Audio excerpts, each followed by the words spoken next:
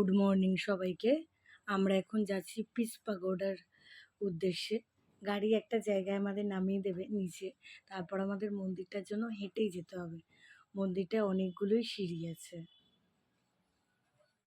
দেখুন দূরে দেখা যাচ্ছে মাউন্ট এভারেস্ট, একদম আকাশ পরিষ্কার, অসাধারণ লাগছে, অসাধারণ, একদম মর্নিংয়ে অসাধারণ। সব কিছু ক্যামেরাতে বন্দি করা যায় না, কিছু জিনিস দেখিয়ে আসার মতো।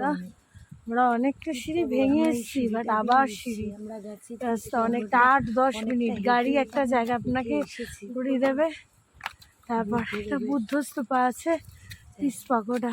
তো প্রচুর সিঁড়ি ভাঙা, অসুবিধা না, খুব কষ্ট হয় সকালবেলা। এমনিও পাহাড়ি রাস্তায় চলে যে পিস পাগোডা।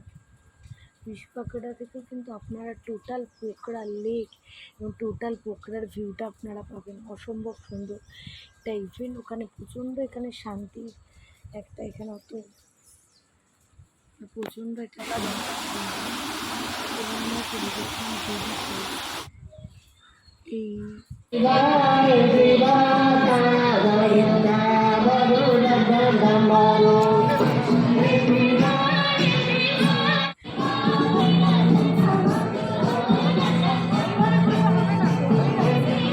ঠিক আছে, এরকমই ভালো।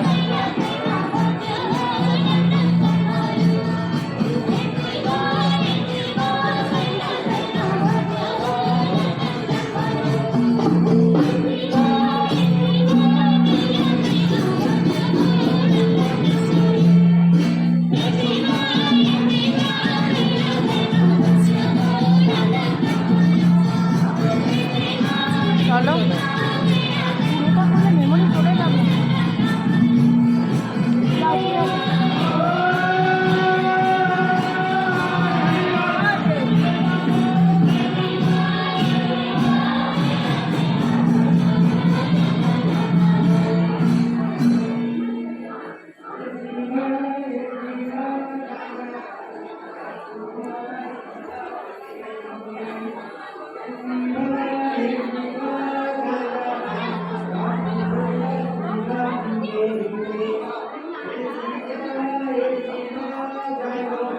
সমুদ্র মন্থনটা হয়েছে না, পুরো কারুকার্যটাই ব্রিটিশের কেভে করা আছে। সমুদ্র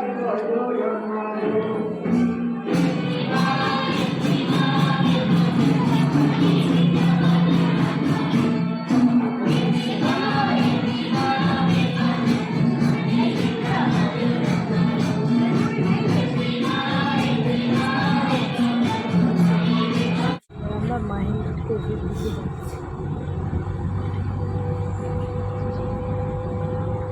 খুব সুন্দর রাস্তার ভিউগুলো, প্রত্যেকটা অসাধারণ।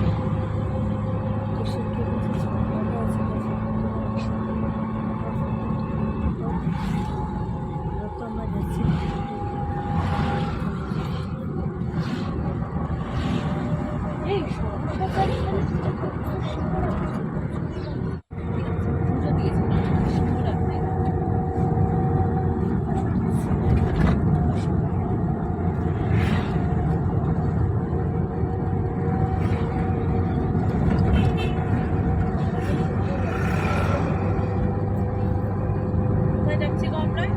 আমরা এখন সবাই কেবে যাচ্ছি, কেব।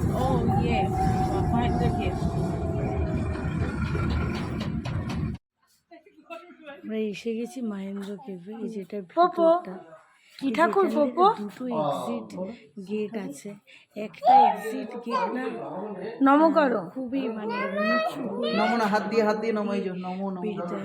হাত দিয়ে করো, হাত আপনাদের দিয়ে না বেরিয়ে, আর গনু দাদা কোথায়? গনু দাদা এসেছেন ওদিক, ওই সিঁড়িটা দিয়ে যদি উঠে আসেন তাহলে ভালো। তো একটা আছে হামাগুড়ি দিয়ে বেরোতে হয়, ওটা খুবই সুন্দর। এরকম বৃষ্টি হচ্ছিল, বৃষ্টির জল পড়ছিল, এগুলো আসলে বৃষ্টির জল না, ঝর্ণার জলটাই। এখানে গণেশজি আছে। মা আমি লাপাতি চাই, দাও দাও, আমার ফোনটা দাও। আমরা এসেছি ব্যাট ক্যাফে ব্যাট ক্যাফে দেখছি বাদুরগুলো পুরো ঝুলছে, দেখুন পুরো অন্ধকার জায়গা, বাদুরগুলো পুরো ঝুলছে। দেখেছেন কত বাদুর, জায়গাটা তো ভয় লাগছে। সিঁড়ি দিয়ে নিচে নেমে আসতে হবে, এরকম আমাদের দেখা হয়ে গেছে, আমরা উপরে উঠে এসেছি। বাট মাহেন্দ্র কেভের আমি বলবো আপনাদের সিঁড়ি দিয়ে উঠে আসার কথা, কারণ ওই বাদিকেরই একটা রাস্তা আছে, ওদিকটা দিয়ে গেলে আপনাদের সেই হামাগুড়ি দিয়ে অনেক কষ্টে বেরোতে হবে। আর ব্যাট ক্যাফের আপনি যেখান দিয়ে নামবেন সেখান দিয়েই উঠবেন, এরকম সিঁড়ি করা আছে, কিন্তু ভেতরটা অনেক বড়। আবার আর রাস্তাটা অনেক বড়, বা দোতলা করা আছে, যদিও দোতলায় যায় না। আর প্রচুর বাদুড়। এটা হচ্ছে সেতী রিভার, এদিকটা দেখুন, এদিকটা ঝর্ণা আছে অনেকটা বড়।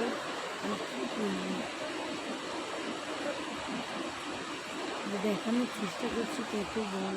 আর এই জায়গাটায় জল আছে, আপনারা এখানে জল তুলতে পারেন, ঠান্ডা জল, আপনারা আর কি সেই জলটা মুখেও দিতে পারেন, খুব ঠান্ডা। এটা সেতী রিভার। এদিকটাতে আপনার ঝর্নার জলও পাবেন, এই যে ঝর্নার জল পাবেন।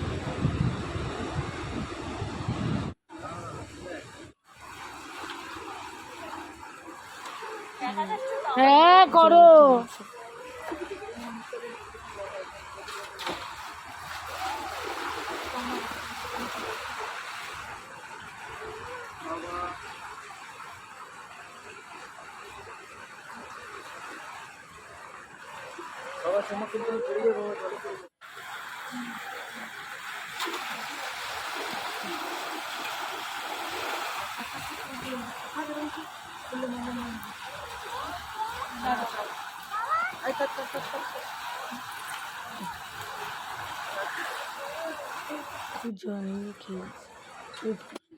আমরা যাব বিন্দবাসিনী টেম্পল।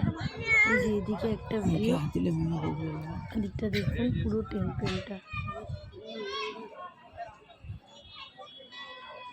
এখানে আপনারা চাইলে ফটো তুলতে পারেন, এদিকে ঘন্টা বাজা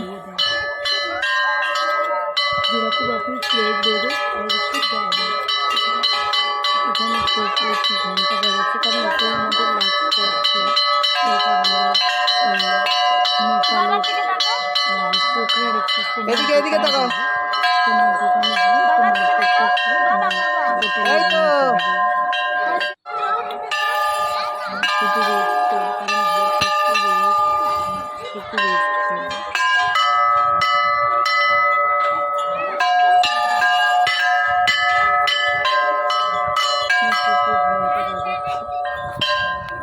না বাজাও বাজাও বাজাও, এটা বাজাও, চলো। হ্যাঁ যে আমরা চলে এসেছি, তো সবাই বললো যে আমরা একটু লেকে বোটিং করবো, কারণে যত মালপত্র যত কেনাকাটা করেছি হোটেলে রাখতে গেছে। ইন্দ্র আর সুস্মিতা মিলে হোটেলে রাখতে গেছে মালপত্রগুলো, ওরা আসলে এক্ষুনি চলে আসবে। তারপর আমরা মার্কেট করা আমাদের হয়ে গেছে, বোটিং করে আমরা রুমে চলে যাবো, যে যার মতো রেস্ট নেব, আবার বিকালে যাবো।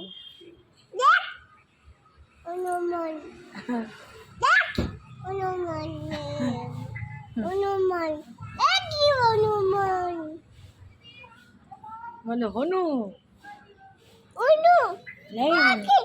দুপুরের লাঞ্চের কেনাকাটাও করতে পারবে। এখানে আপনারা প্রচুর ভেজ দোকান পাবেন, প্রচুর আপনারা রেস্টুরেন্ট পাবেন, একদম লেকের কাছে পাবেন, আর প্রচুর ভেজ দোকান আছে। আপনাদের আমিষ দোকানও পাবেন, তবে ভেজের সংখ্যাটা বেশি।